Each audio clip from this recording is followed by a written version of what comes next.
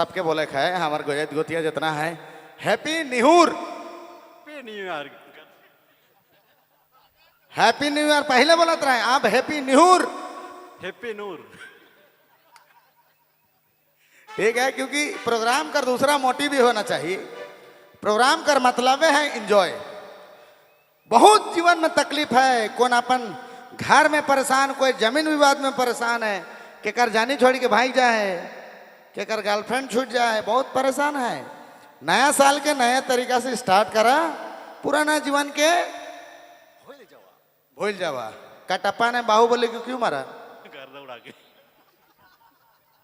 कलाकार मन के बेस नहीं लागी, अपन मीठा मीठा ताली के बजाई खाए और आइज वाला कार्यक्रम कर मजा लेते रहे। फिलहाल आवत है मिस्टर नितेश कच्छप जी अपन खूबसूरत आवाज कर संगे, जे पूरा नागपुरी जहां के अपन गीत से अपन आवाज से सबकर दिल के दीवाना कर दिलाए, वही कलाकार का बारी हुआ थे। मैं धन्यवाद करना चाहूंगा हमारे प्रशासन के बंधुओं का जो हमारे बीच उपस्थित हुए हैं। शांति व्यवस्था बनाए रखने के लिए बहुत बहुत स्वागत है। पूरे मंच की ओर से धन्यवाद है, आप यहाँ पर उपस्थित हुए उनके लिए। चलो एक बार फिर से तालियां हो जाए नितेश जी के लिए, तालियां।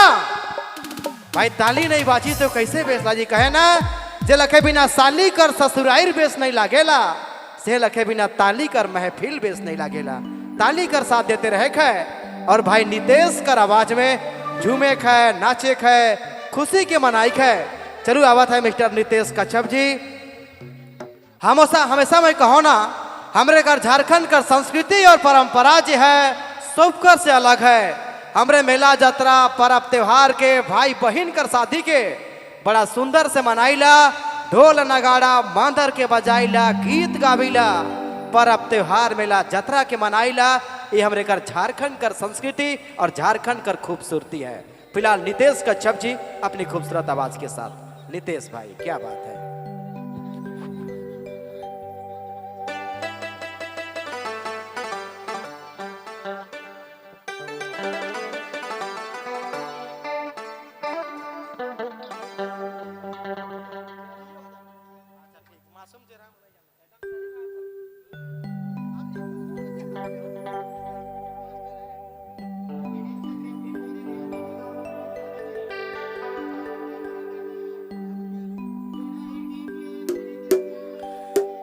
सबके जोहार।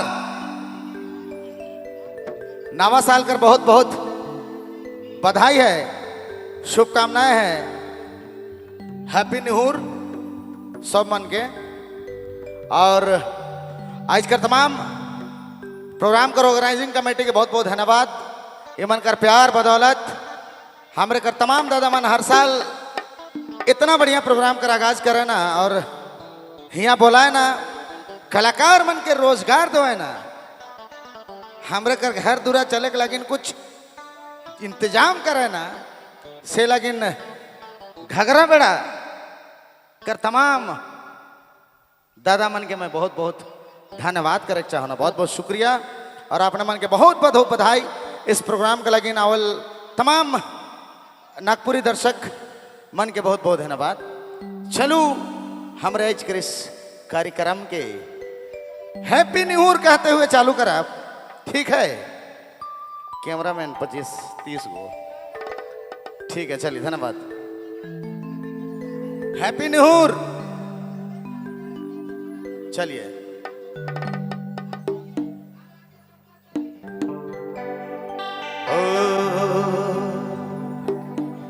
एक बार मीठा मीठा ताली तो बजा दो। धन्यवाद, शुक्रिया।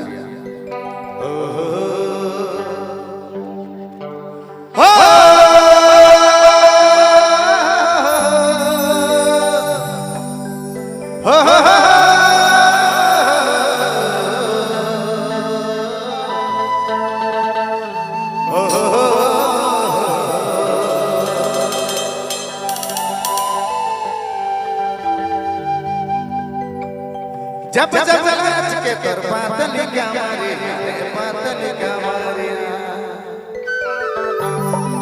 जब जब नाच के तोर पातली क्या मारे, सोना पातली क्या मारे। अरे धीरे धीरे धीरे धीरे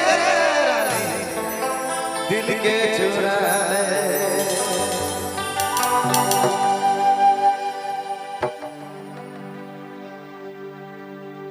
चलो एक बार जोरदार